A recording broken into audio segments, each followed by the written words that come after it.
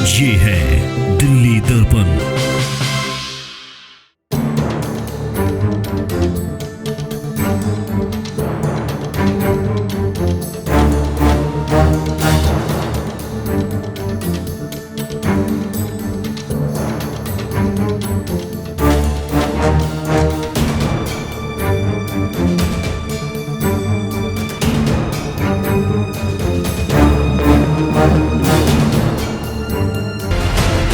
दिल्ली दर्पण टीवी देख रहे हैं आप। मैं हूं आपके साथ पुनीत गुप्ता। किराड़ी में प्रेम नगर के चंदन विहार में हम हैं। ये देख सकते हैं कि कल एक मासूम की जान इसमें डूबने से चली गई। आगे देखिए इस तरह का जल भराव यहाँ पर है और जल भराव की वजह से, हालांकि ऐसा नहीं है कि पहली मौत हुई है, पहले भी इससे पहले भी कई मासूमों की जान इस तरीके से जा चुकी है।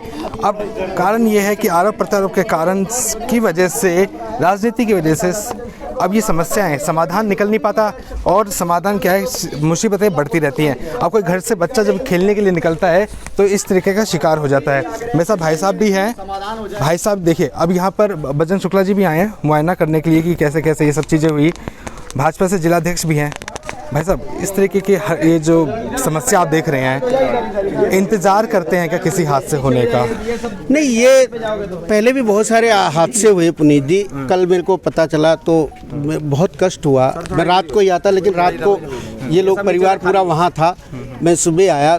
एक तो परिवार के प्रति गहरी संवेदना है और भगवान जो है ऐसे किसी को दिन ना दिखाए कि उसका छोटा बच्चा जो उसका भविष्य हो उसके आंखों के सामने से चला जाए।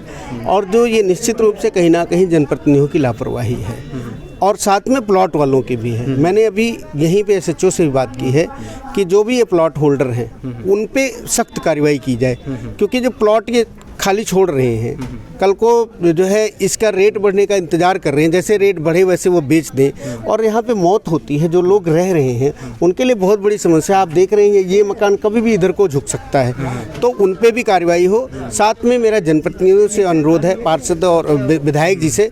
विधायक जी, क्योंकि नगर नगर का बहुत बुरा हाल है, लगातार नीचे होते जा रहे हैं, गलियाँ नीचे हो रही हैं, पानी भरा हुआ है, यहाँ 8-8 फुट पानी भरा हुआ है। ये कोई आखिरी हादसा नहीं हो सकता, कल को फिर दूसरा हादसा भी हो जाएगा।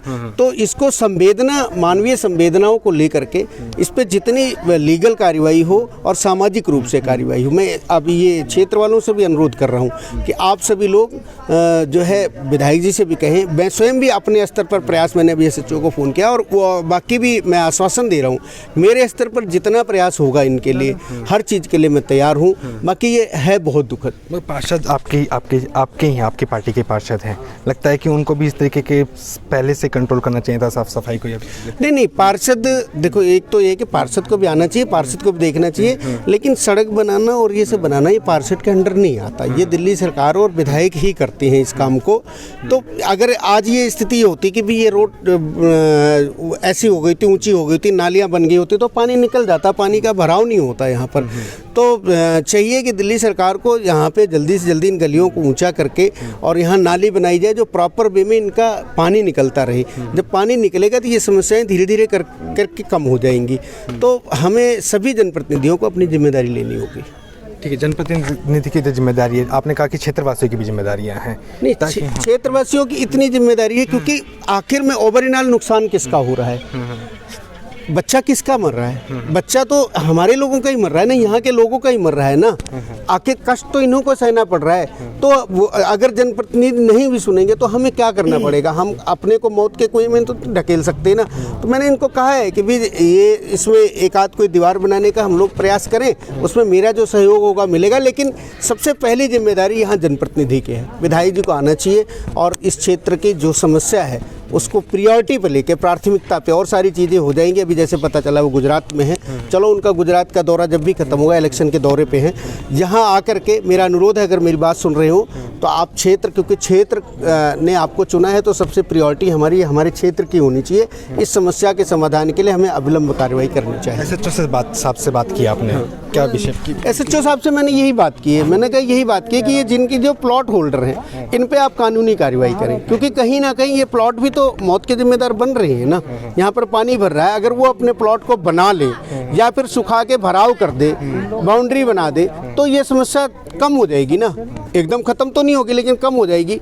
तो एसएचओ साहब से भी अनुरोध है कि फिर इन पे लीगल कार्रवाई करें। कुछ समय पहले पूरा जलभराव हमने देखा था, किराड़ी में पानी पानी हो चुका था। अब दोबारा से वो मौसम आने वाला है, बरसात का मौसम आने, ये समस्या दोबारा से बन जाएंगी।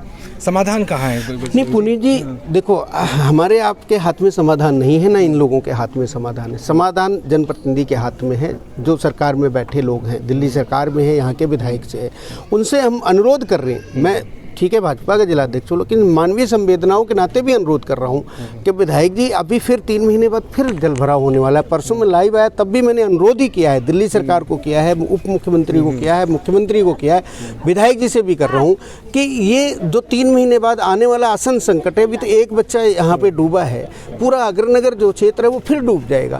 फिर किसको देखेंगे हम, किसकी तरफ देखेंगे? फिर आप कहोगे कि जो है इतने पंप लगाए, पंपों से पानी निकल पाता है क्या? वो भी नहीं लगते हैं, किसी का डीजल खत्म हो जाता है, किसी का कुछ हो जाता है।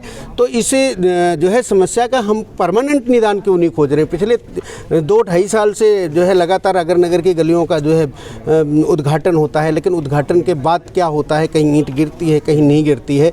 तो इसका जब तक हम सभी लोग परमानेंट सोल्यूशन नहीं निकालेंगे कि इनकी सड़कें ऊँची हों और जो मेन रोड है जहाँ पर पानी जा रहा है उसके लेवल उससे थोड़ा अप होकर के सड़कें बन जाए, तो पानी जाने लग जाए, तो एक तो लोगों का नारकीय जीवन खत्म हो जाएगा। जो दिल्ली देश की राजधानी है, उसमें हमारे प्रवासी लोग उत्तर प्रदेश, बिहार, राजस्थान, पंजाब, हरियाणा से लोग आए तो ये लगा उनको कि हमारा दिल्ली में जाकर जीवन स्तर सुधरेगा, लेकिन यहाँ आके तो उनको वहाँ से भी बुरी स्थिति झेलनी पड़ रही है।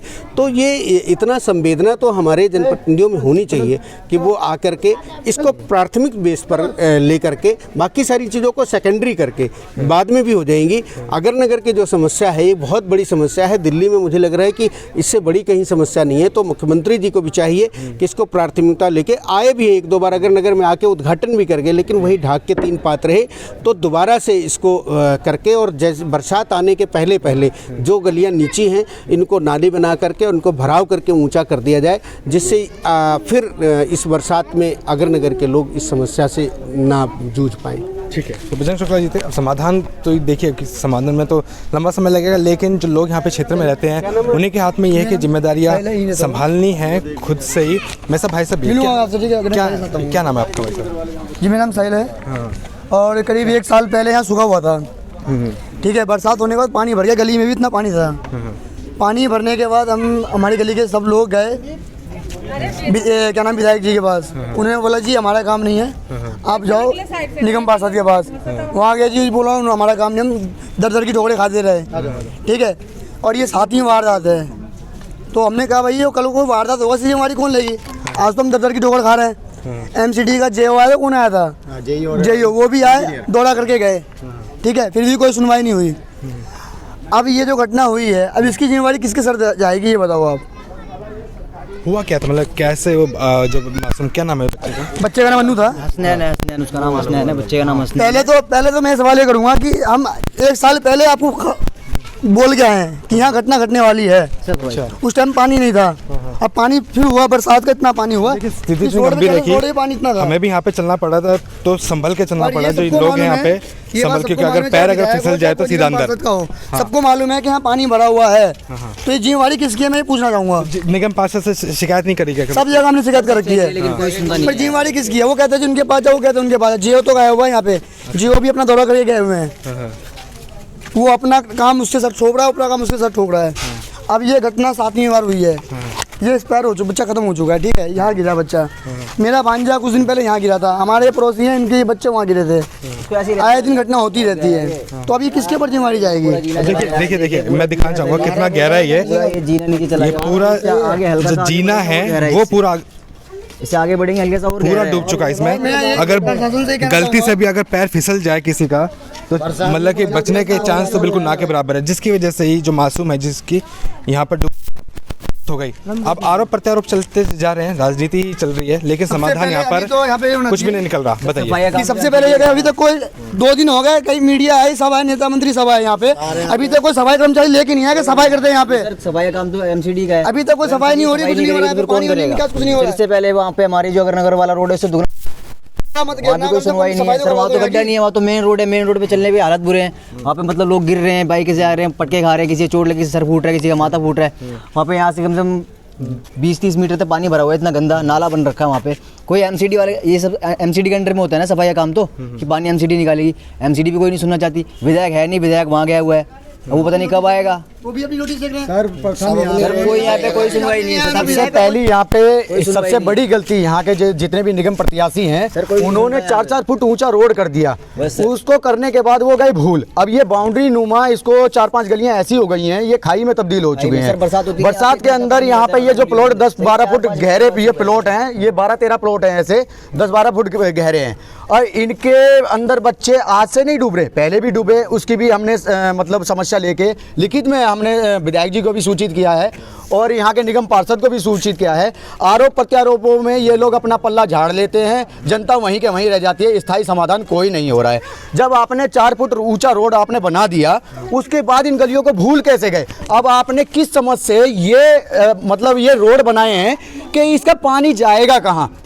इसका लोगों का जो घरों का पानी है, आपने बाउंड्री नुमा इसको बिल्कुल खाई नुमा उसको उसमें खाई में तब्दील कर दिया। ये मौत के कुएं बना रखे हैं आपने, इनका पानी निकलेगा कहाँ? गली का पानी यहीं के जस के तस रह जाता है। और इसकी समस्या अगर हम थाने में लेके जाएं तो वहाँ पे भी कोई इसका समाधान नहीं, कोई इसकी जिम्मेदारी लेने को राजी नहीं। विधायक जी के पास जाएं, कोई इसकी जिम्मेदारी लेने को राजी नहीं। निगम पार्षद जी के पास जाएं, कोई इसकी जिम्मेदारी लेने के लिए राजी नहीं। फंसी सिर्फ जनता। यहाँ के जो निवासी हैं वो इतने परेशान हो चुके हैं। बच्चे हैं, ये छोटे छोटे जानवर नहीं है जो इनके गले में पट्टा बांध के 24 घंटे अपने घर के दरवाजे पे बांध दो इन्हें, ठीक है? इन बच्चों का खतरा 24 घंटे मंडराता रहता है। 24 घंटे माँ बाप इनके साथ नहीं रह सकते, काम काज पे निकल जाते हैं। माएँ अपने अभी माओं को भी बहुत काम होते हैं, वो अपने काम में व्यस्त रहती हैं। अब इन बच्चों को आप बताइए, जरा सा पैर फिसलते ही ये मौत की खाई में बच्चा गया।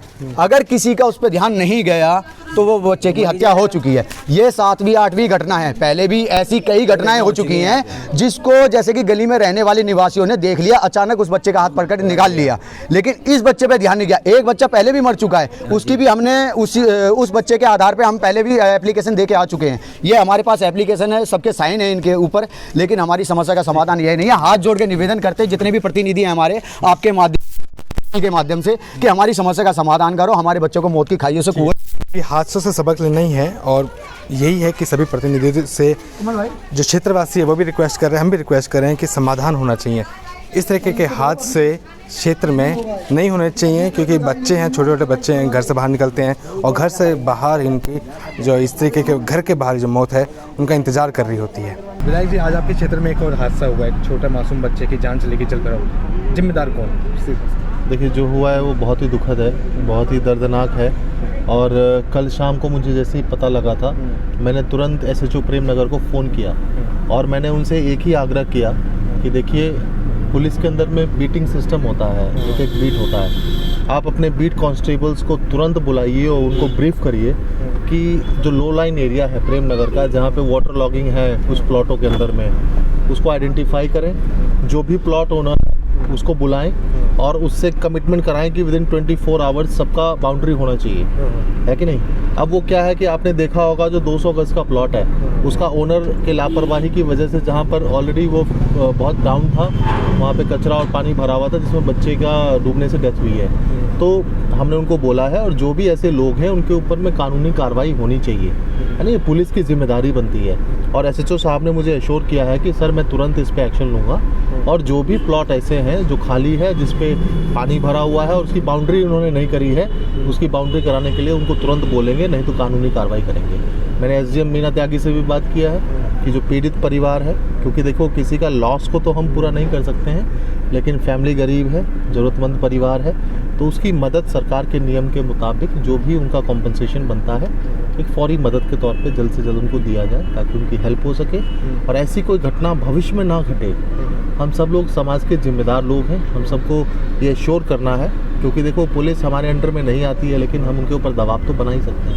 हमने दबाव बनाया हुआ है कि ताकि ऐसी कोई घटना दोबारा ना हो सके। लेटेस्ट खबरों के लिए सब्सक्राइब करें हमारा YouTube चैनल या फिर लॉग ऑन करें www.delhidarpantv.com। खबरों की कवरेज और विज्ञापनों के लिए संपर्क करें इस नंबर पर।